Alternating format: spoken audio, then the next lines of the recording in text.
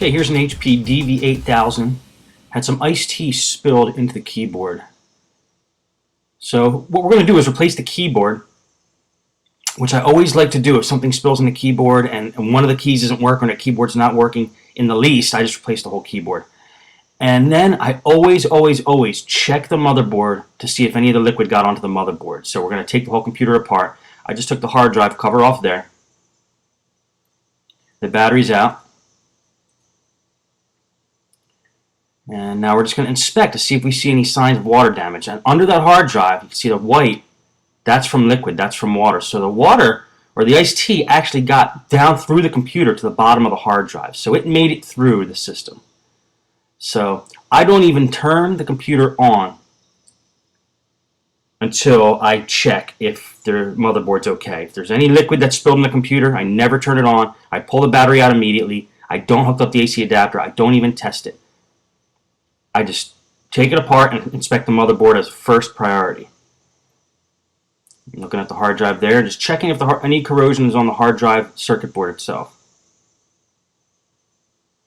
And I tell the customer too, I say, look, I don't recommend turning this on. It may or may not work, but if you want to save the computer, let me take it apart and inspect the motherboard, make sure the motherboard's clean, there's no liquid still in there, and then we'll turn it on. So they understand that, and they're willing to pay for the diagnostic, even if the computer's fried. At least I'm giving it my best shot. So these hard drives are in here, and they're in a little docking bay. So you just gotta find the right angle to pull them out.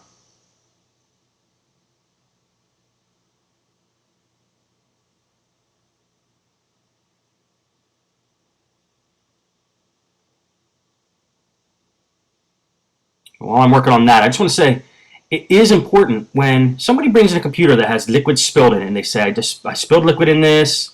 No matter if they say if it works or doesn't work, don't even try powering it on. Tell them you need to take it apart first, make sure everything's dry, and then turn it on. Because you don't want to be the one responsible for frying the motherboard if there's still liquid in there. And right now I'm just taking the RAM cover off and pulling out the RAM. And we got the wireless card down in there too. So we're going to pull that out.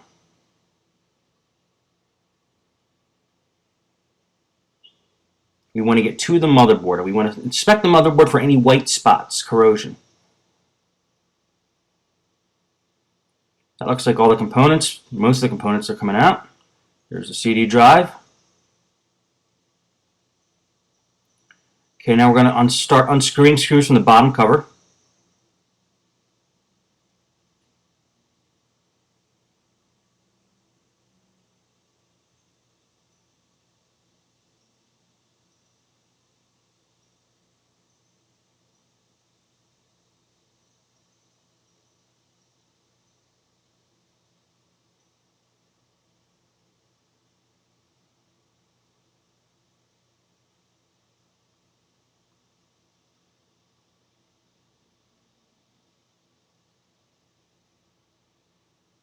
Some of the screws have indicators on them, some don't. So you just have to use your own little plan on how to remember where each screw goes back. A lot of times the screws that hold on the bottom cover are the same size, but different computers have different screw sizes. So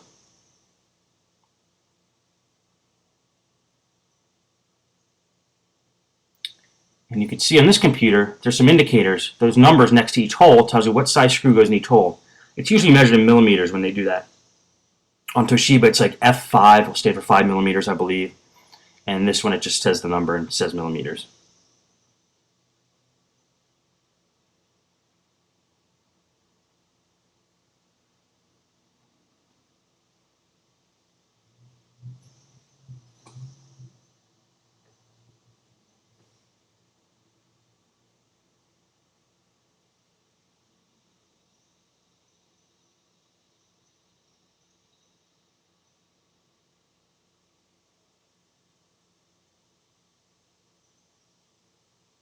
Okay, looks like that's all the screws. Let's flip it over now.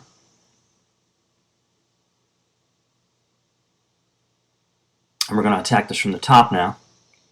That hinge cover should come off, and that is how you get the keyboard off. On most systems. Let's see what happens on this system.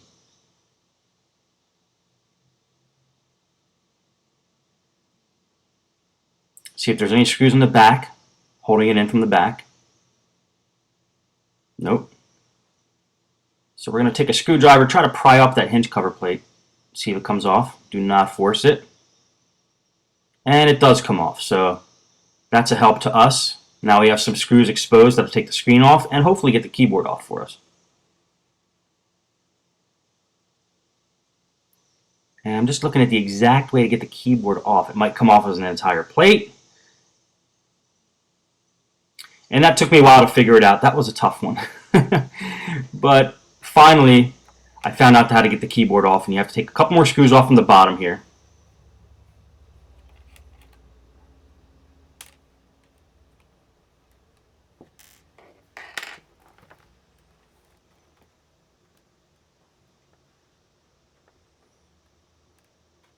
This is a bigger model. I believe it's a 17-inch, so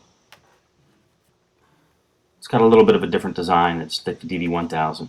And you can see the keyboard's loose now, so I think we're just going to poke it up from the bottom. All the screws are out.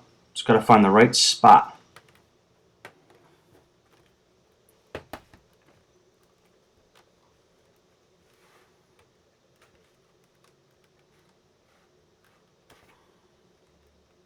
Just feeling along the edges and the bottom, see if there's any place to poke the keyboard up. We're getting the top case off. And it turns out the keyboard just kind of falls out when you do that. So there was a way to get that keyboard off. I don't know exactly what it was, but just checking to see if I scratched anything, which I didn't.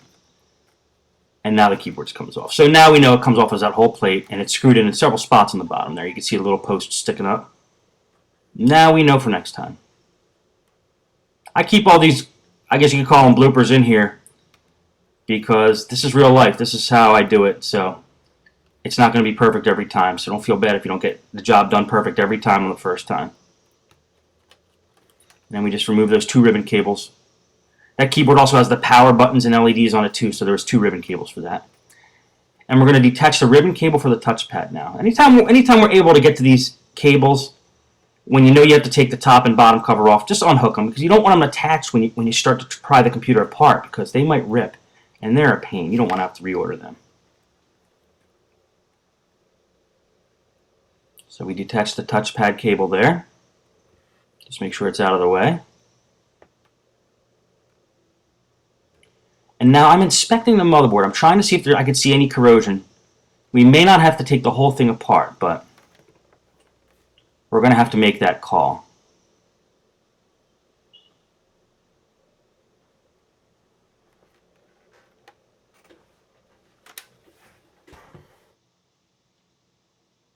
Now here's the keyboard. I'm going to show you real quick how we order the keyboard right in the middle of the video here.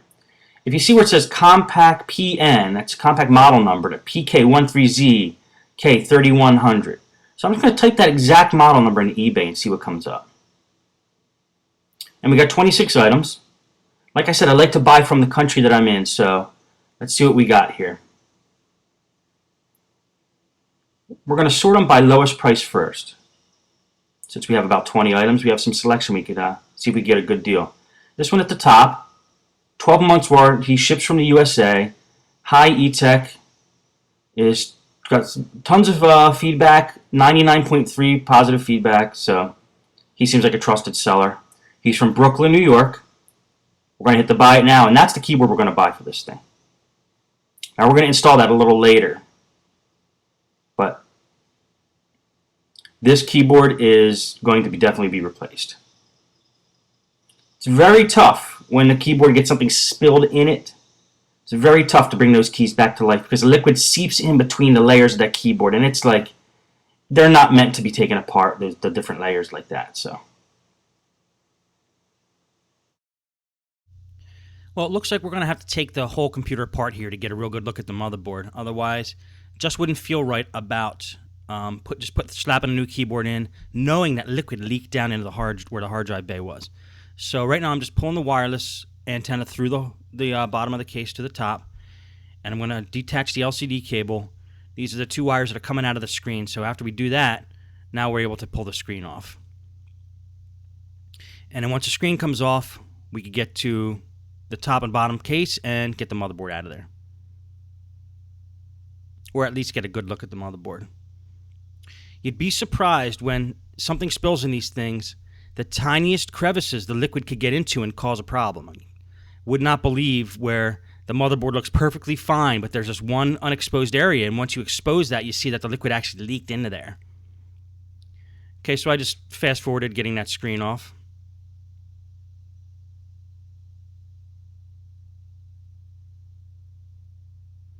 There was these 1, 2, 3, 4 screws on each side. Just wanted to show you there real quick. I must have had a problem, so I had to edit that out of the tape.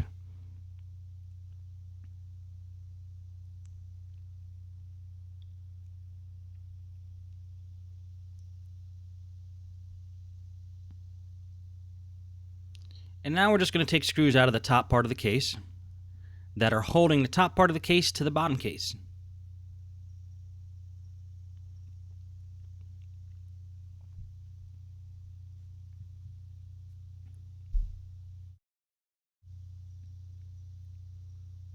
And some of the screws are in there pretty tight.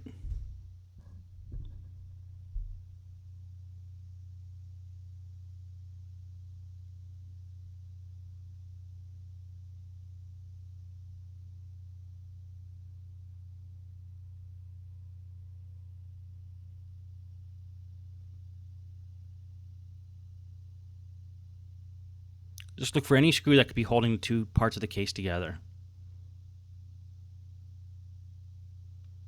Sometimes you'll unscrew a screw that isn't holding the case together, but that's okay because it's better to have more screws out than to have them in and then you have to break something to get the cases apart.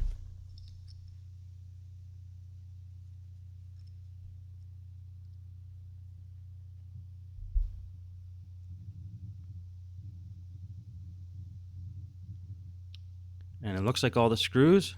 Just want to make sure. Once you're sure and all the ribbon cables are detached, you can start trying to pull the cases apart. Just find a corner that looks like it would be the loosest or easiest one to get off and then kind of go around the edge once you got to start. I like to take my fingernail, if I can, and take it right along the edge there and just try to pop it up nice and gently as you go along the outside perimeter of the laptop.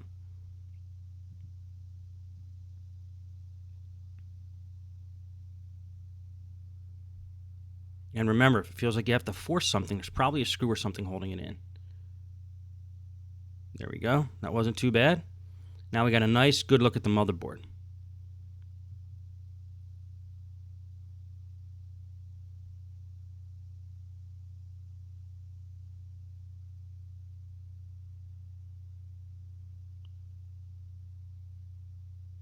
Now there's that black panel there. I'm not quite sure what that is. That might be speakers or something of the sort.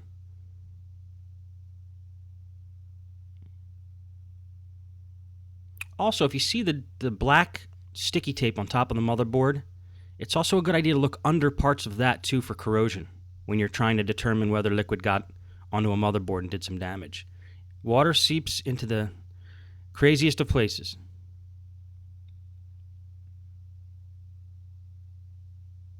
Yeah, and that black thing I'm trying to take off there, that's the speakers.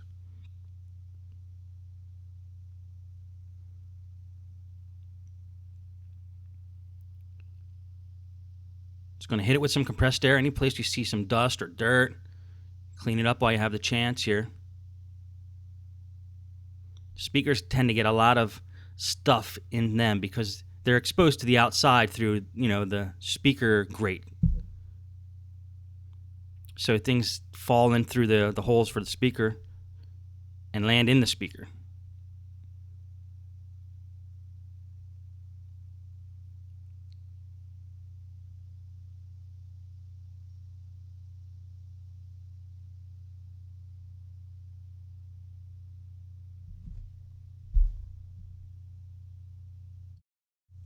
And once you determine that there's no corrosion on the top side of the motherboard there, you can start putting everything back together. And I always like to dust things before I put them back together, just because now I have an opportunity to do it, which I probably will not have in the future. So make sure everything's fastened down properly and start putting it back together. Now, what I was doing as I was bending that black piece back, a couple minutes ago, is I was looking at the underside of the motherboard as well. It turns out I didn't really have to take the whole motherboard out. I was able to see under the motherboard, and I inspected it that way. And there didn't appear to be any corrosion on the underside, so I think we're okay. Now again, this is just a precaution. The customer only said that some keys weren't working, but whenever they tell me they spilled something in the machine, this is what I like to do. It's better to be safe and better to make sure the motherboard's clean. This way the computer actually lasts. It might only run for a month if there still is liquid down there.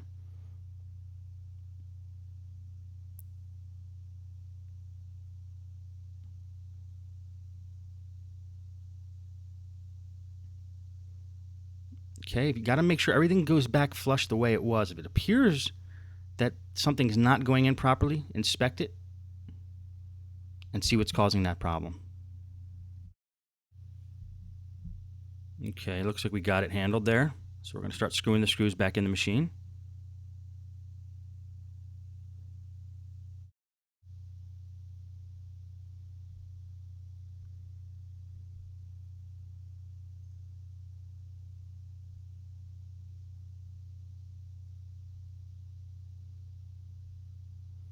Now I'm going to speed up this recording, so again, not to bore you guys, the screws go in the same configuration. We took them out, so it's pretty self-explanatory. Attach the touchpad ribbon cable there.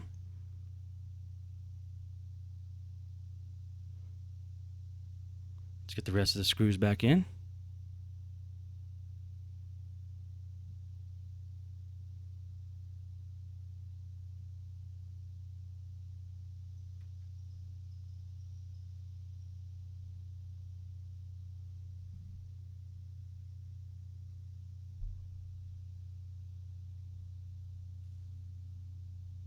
Get the screen back on.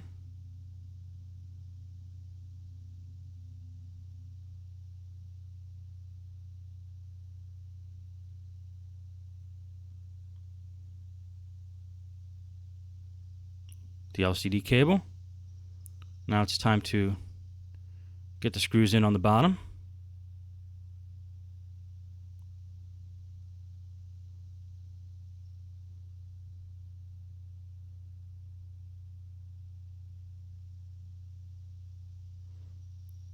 Now we're going to feed that wireless antenna back through the hole.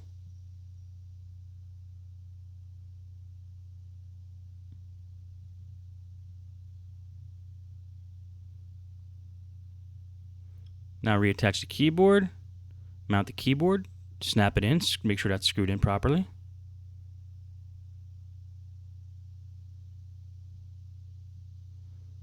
Attach any screws that we missed. Now we're going to install the hard drives.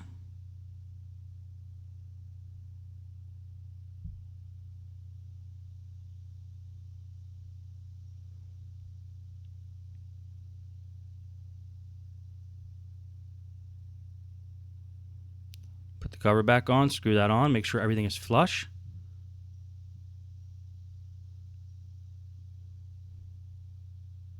Install the RAM, install the wireless card, screw it down and attach the antenna.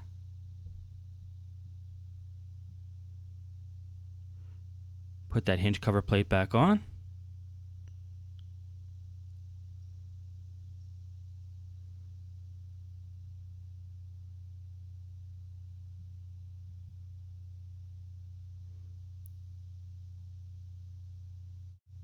Put the battery back in. Now we're back to normal speed. I'm going to attach the AC adapter, power this on, see what happens. Now I actually want to try it with the battery out, just to make sure it's getting the pure AC power, and it's not the battery that's powering the machine.